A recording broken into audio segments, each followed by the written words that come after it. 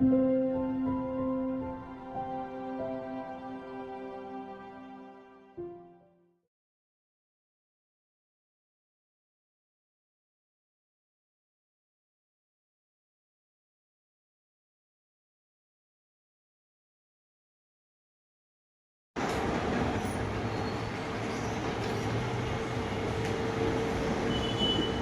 जो टॉपिक हम पढ़ने वाले हैं वो असेसमेंट। असेसमेंट में जो है ये जो है तकरीबन जो है 10 से 12 मार्क्स के लिए जो है 3 टॉपिक जो है पूछता है। पहला असेसमेंट,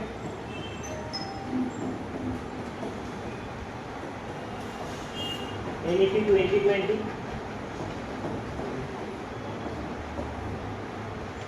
RTE, NCF 2005। ये चारों टॉपिक जो है 150 में से तकरीबन जो है 10 से 12 मार्क्स के लिए पूछता है, अलग अलग सब्जेक्ट में अलग अलग ऐसे टॉपिक। इसका ओवरऑल रेशियो निकालें। आज हम जो पढ़ने वाले हैं वो पढ़ने वाले हैं असेसमेंट के बारे में।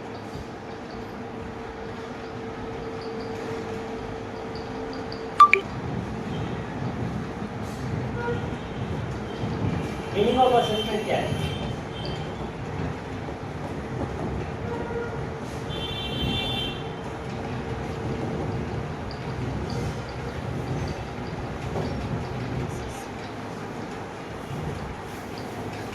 Assessment is a diagnostic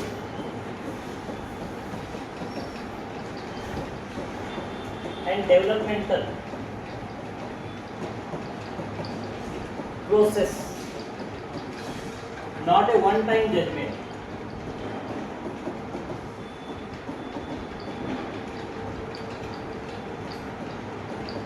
assessment जो है ये प्रोसेस है, प्रोडक्ट नहीं है। प्रोसेस में और प्रोडक्ट में फर्क होता है। प्रोसेस जो है ये कंटिन्यू प्रोसेस है, चलते रहता है, और प्रोडक्ट मतलब कि एक लास्ट में वन टाइम जजमेंट है।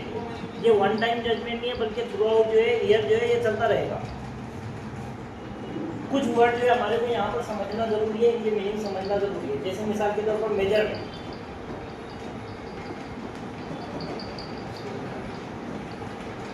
मेजरमेंट। दूसरा वर्ड है इवैल्यूएशन, और तीसरा है असेसमेंट। पहला, दूसरा और तीसरा। मेजरमेंट क्या है? मेजरमेंट जो है ये क्वांटिटेटिव डिस्क्रिप्शन है। क्वांटिटेटिव डिस्क्रिप्शन मतलब कि जब हम बच्चे को जो है टेस्ट ले रहे, पेपर ले रहे, उसको नंबर दे रहे, उसको मार्किंग दे रहे, रेट दे रहे, उसने इसमें इतने में से इतने लिया, जो मेजर कर रहे हैं उसको वो जो है मेजरमेंट कहलाता है। एवैल्यूएशन क्या है? एवैल्यूएशन में हम किसी चीज़ का जजमेंट पास कर रहे हैं। बच्चा पास हुआ, फेल हुआ, उसको ग्रेड दिए A, B, C, good, very good, excellent, average, ये जो क्वालिटी बताते हैं ये क्या है? एवैल्यूएशन है। एवैल्यूएशन में और जो है मेजरमेंट में फर्क है। मेजरमेंट में हम क्या कर रहे हैं? क्राइटेरिया दे रहे हैं, नंबर दे रहे हैं, ठीक है, इतने में से इतने मार्क्स दिया, ये क्या हो गया? मेजरमेंट हो गया। एवैल्यूएशन में क्या किया हमने? एवैल्यूएशन में हमने उसको जो है जजमेंट दिए, बच्चा पास हो गया, फेल हो गया, उसको ग्रेड दे दिए। और असेसमेंट जो है ये कंटिन्यूअस प्रोसेस है, मतलब जो मेन तीनों चीज़ों में से सबसे इंपॉर्टेंट चीज़ वो है क्या है? असेसमेंट है। एवैल्यूएशन में और इसमें जो है फर्क है। एवैल्यूएशन क्या है पता है? क्योंकि CCE में आएगा, कंफ्यूज मत होना।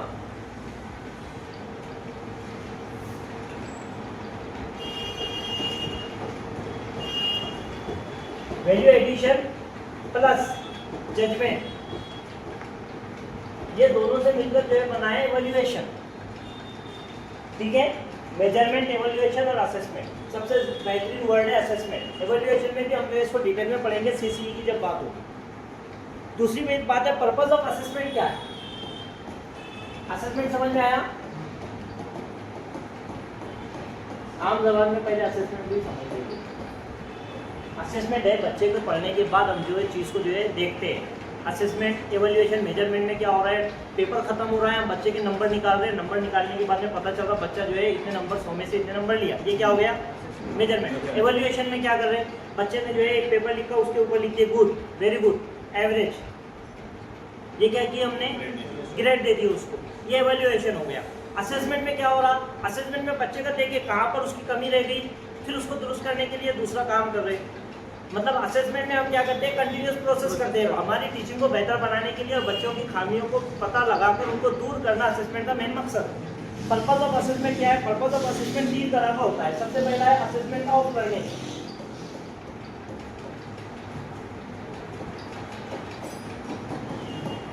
Assessment of learning. दूसरा है असेसमेंट फॉर लर्निंग और तीसरा है असेसमेंट एज लर्निंग। इन तीनों पर सवाल आ चुके हैं। असेसमेंट ऑफ लर्निंग क्या है? असेसमेंट ऑफ लर्निंग जो है लास्ट में लेगी, टर्म एंड होने के बाद में टर्म एंड एग्जाम जो होगा, जैसे first term, second term, final exam जो होगा वो assessment of learning. Assessment of learning मतलब एग्जाम होने के बाद जब हमारा पढ़ाना पूरा खत्म हो चुका, सिलेबस कंप्लीट हो गया, उसके बाद जो हम टेस्ट ले रहे हैं वो असेसमेंट ऑफ लर्निंग है। असेसमेंट फॉर लर्निंग मतलब कि बच्चे को पढ़ाते वक्त में उसकी खामियों को पता लगाने के लिए हम जो टेस्ट ले रहे हैं बीच में, एग्जाम में टेस्ट ले रहे हैं ताकि बच्चों को दुरुस्त कर सके, वो असेसमेंट ऑफ लर्निंग है, सॉरी असेसमेंट फॉर लर्निंग है। और असेसमेंट एज लर्निंग जो है ये तीसरी है, जब बच्चे खुद से जो है खुद का जो है असेसमेंट करते हैं, बच्चे एक दूसरे को जो है वैल्यू देते हैं, पता लगाते हैं, पीयर रिव्यू होता है दोनों के बीच में, वो क्या कहलाता है? Assessment as learning. तो इसको जो है थोड़ा डिटेल में देखना जरूरी है।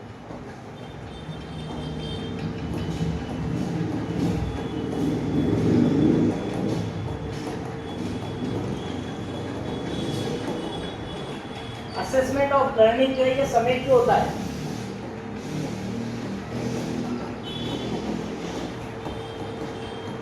Assessment of learning summative in nature होता है। समेटिव मतलब कि ये जो है साल खत्म होने के बाद में जो है होता है, या फिर जो है सिलेबस का एक मुकम्मल एक जो है सिलेक्टेड पोर्शन खत्म होने के बाद होता है। ये तकरीबन साल में 2 बार हो रहा है, जैसे first term exam, second term exam, वो क्या हो रहा है?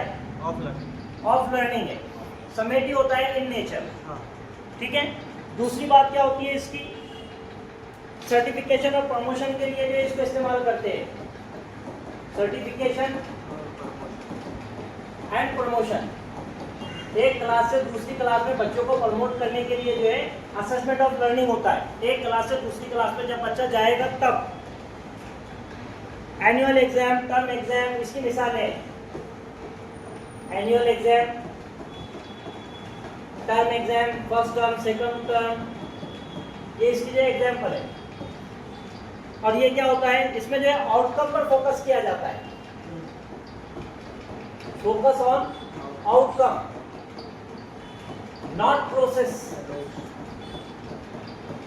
मतलब इसे प्रोडक्ट पर फोकस है, प्रोसेस पर फोकस नहीं है। जबकि असेसमेंट की मेन इंपॉर्टेंट चीज ये है कि उसमें जो है प्रोसेस पर फोकस होना चाहिए, प्रोडक्ट पर फोकस नहीं होना चाहिए।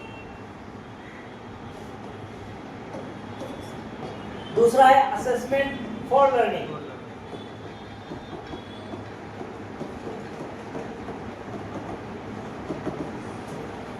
असेसमेंट फॉर लर्निंग जो है इंपॉर्टेंट होता है, सबसे ज्यादा जो है इसी पर जो है फोकस करना है हम लोगों को जब पढ़ा रहे हैं आज के दौर के हिसाब से।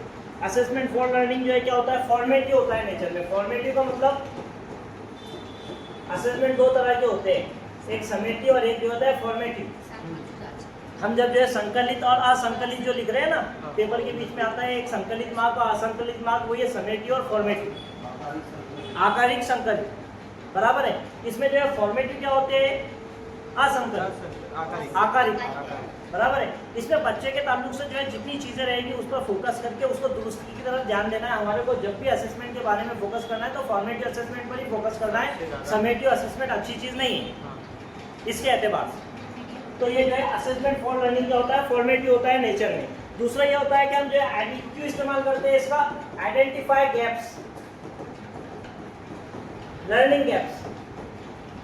बच्चे की कौन कौन सी चीज़ों में जो है कमी रह गई है, उस कमी का पता लगाकर हम जब बच्चों को दोबारा सिखाते हैं, इसके लिए फॉर्मेटिव असेसमेंट होता है। इसी को असेसमेंट फॉर लर्निंग कहते हैं। इसकी मिसाल क्या होगी?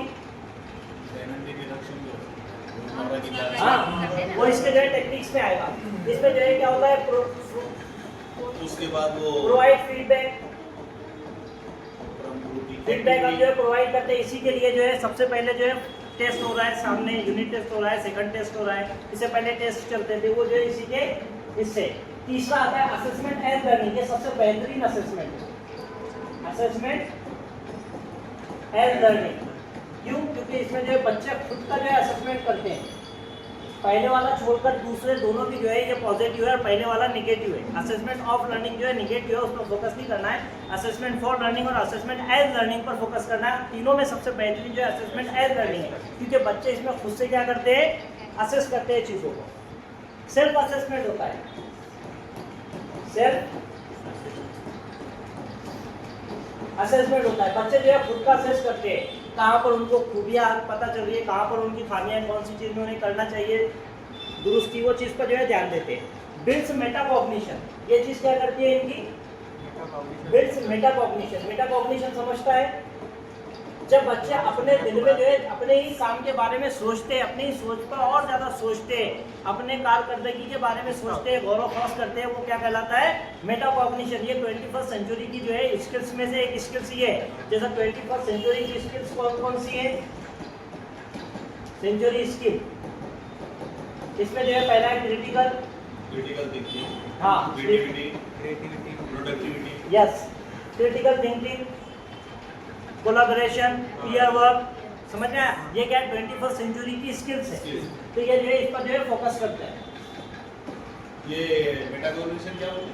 मेटाकॉग्निशन, कॉग्निशन मतलब कि मेटाकॉग्निशन जब हम अपने बारे में सोचते हैं, अपनी सोच को पर दोबारा सोचते हैं कि हमने किए तो ऐसा क्यों किए, वो क्या कहलाता है, मेटाकॉग्निशन कहलाता है।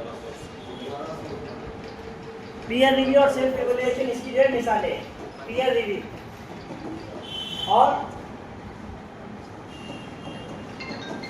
सेल्फ रिफ्लेक्शन या self evaluation.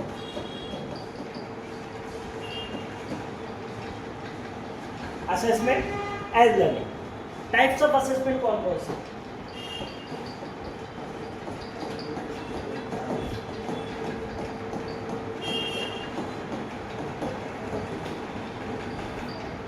Types of assessment, assessment की किसमें कौन कौन सी है? तो पहला है फॉर्मेटिव असेसमेंट,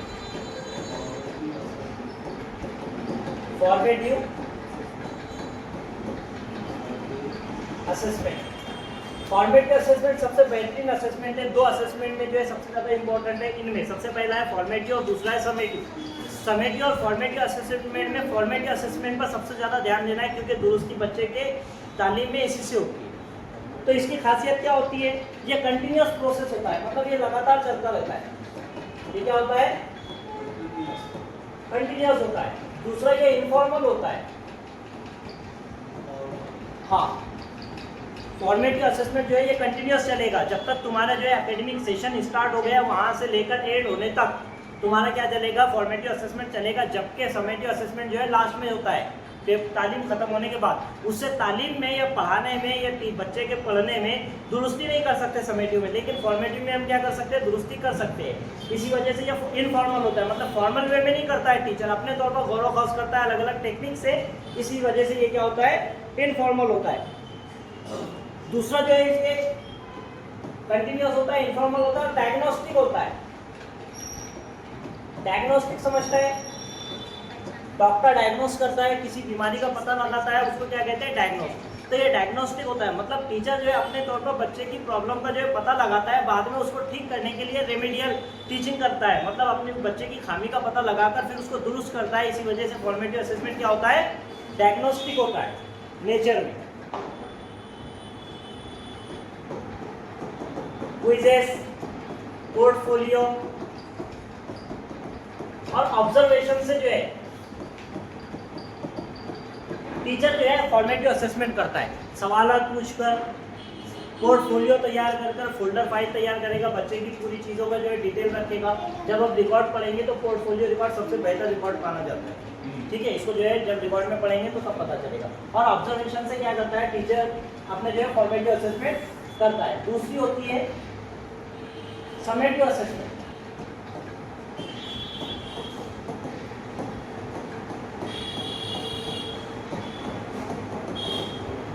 समेटिव असेसमेंट जो है लास्ट के आखिर में होता है, first term exam, second term exam, बस वो क्या होगा, समेटिव असेसमेंट। ये जो है आफ्टर इंस्ट्रक्शन होता है। आफ्टर इंस्ट्रक्शन, इंस्ट्रक्शन मतलब यहाँ पर क्या है, सिलेबस खत्म हो टीचिंग, तुम्हारे पढ़ाने के बाद जब जो है होगा ये, मतलब तुमने जो एक सिलेबस का पहला पोर्शन खत्म कर दिए, जो फर्स्ट टर्म एग्जाम आया वो क्या है, समेटिव है। सेकंड पोर्शन खत्म हुआ, उसके बाद जो है सेकंड टर्म एग्जाम आया वो क्या है, समेटिव है। दूसरा ये फॉर्मल होता है।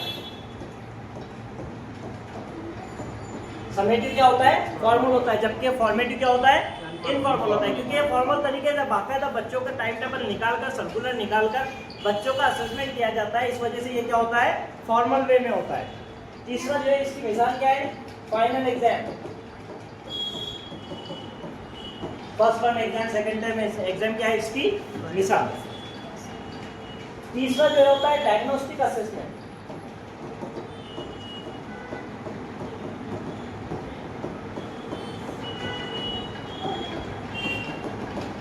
बच्चा किसी चीज में कमजोर है, उसका पता न लगाने के लिए जब टीचर जो असेसमेंट करता है वो क्या कहलाता है, डायग्नोस्टिक असेसमेंट। डायग्नोस्टिक असेसमेंट जो है लर्निंग से पहले होता है, बिफोर लर्निंग।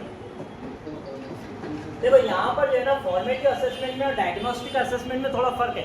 फॉर्मेटिव असेसमेंट जो है टीचिंग के दौरान हो रहा है, जबकि डायग्नोस्टिक असेसमेंट टीचिंग शुरू होने से पहले होता है। इसी वजह से जो है हमारा शुरू में एक पेपर होता है बेसलाइन टेस्ट, वो क्या है, डायग्नोस्टिक असेसमेंट।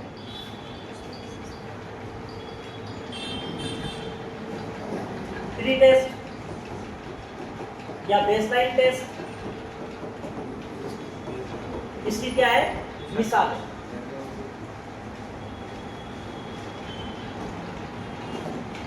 चौथी असेसमेंट की किस्म क्या है, पीयर असेसमेंट।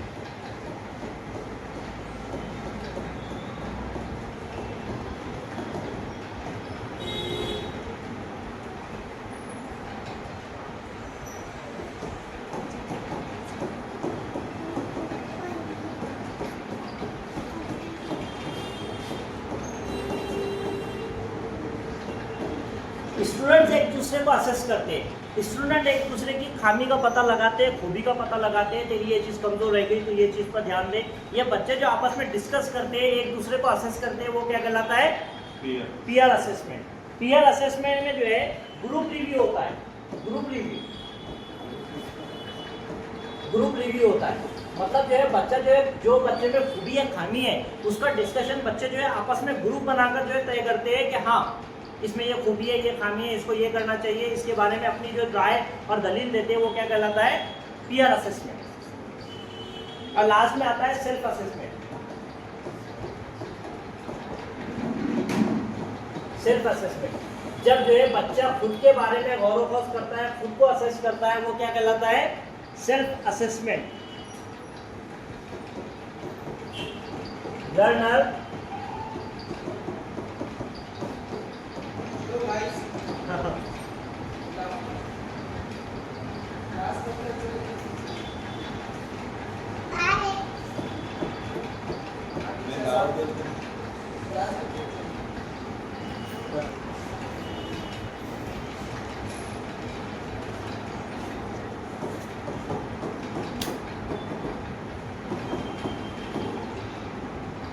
सेल्फ असेसमेंट जो है बच्चा जो है खुद के बारे में जो असेस करता है कि उसने क्या किया, क्या अच्छा किया, क्या बुरा किया, उसको कौन सी चीज़ में दुरुस्ती की ज़रूरत है, कौन सी चीज़ में उसकी खामी है, किस चीज़ में वो बेहतर कर सकता है, किस चीज़ में उसको जो है रुकावट पैदा हो रही है, ये कहलाता है सेल्फ असेसमेंट। सेल्फ असेसमेंट जो है बच्चा खुद के चीज़ों पर, खुद के काम पर जो है खुद रिफ्लेक्ट करता है, वो कहलाता है लर्निंग गैप्स, लर्निंग लॉक्स इसको कहते हैं। लर्निंग लॉक्स मतलब कि बच्चे ने जो तैयार किया उसका जो है माइंड मैप जो है तैयार करता है, रिफ्लेक्टिव जर्नल्स तैयार करता है, जिसमें बच्चा जो है खुद के बारे में लिखता है, खुद की प्लानिंग करता है, वो क्या कहलाता है, सेल्फ असेसमेंट।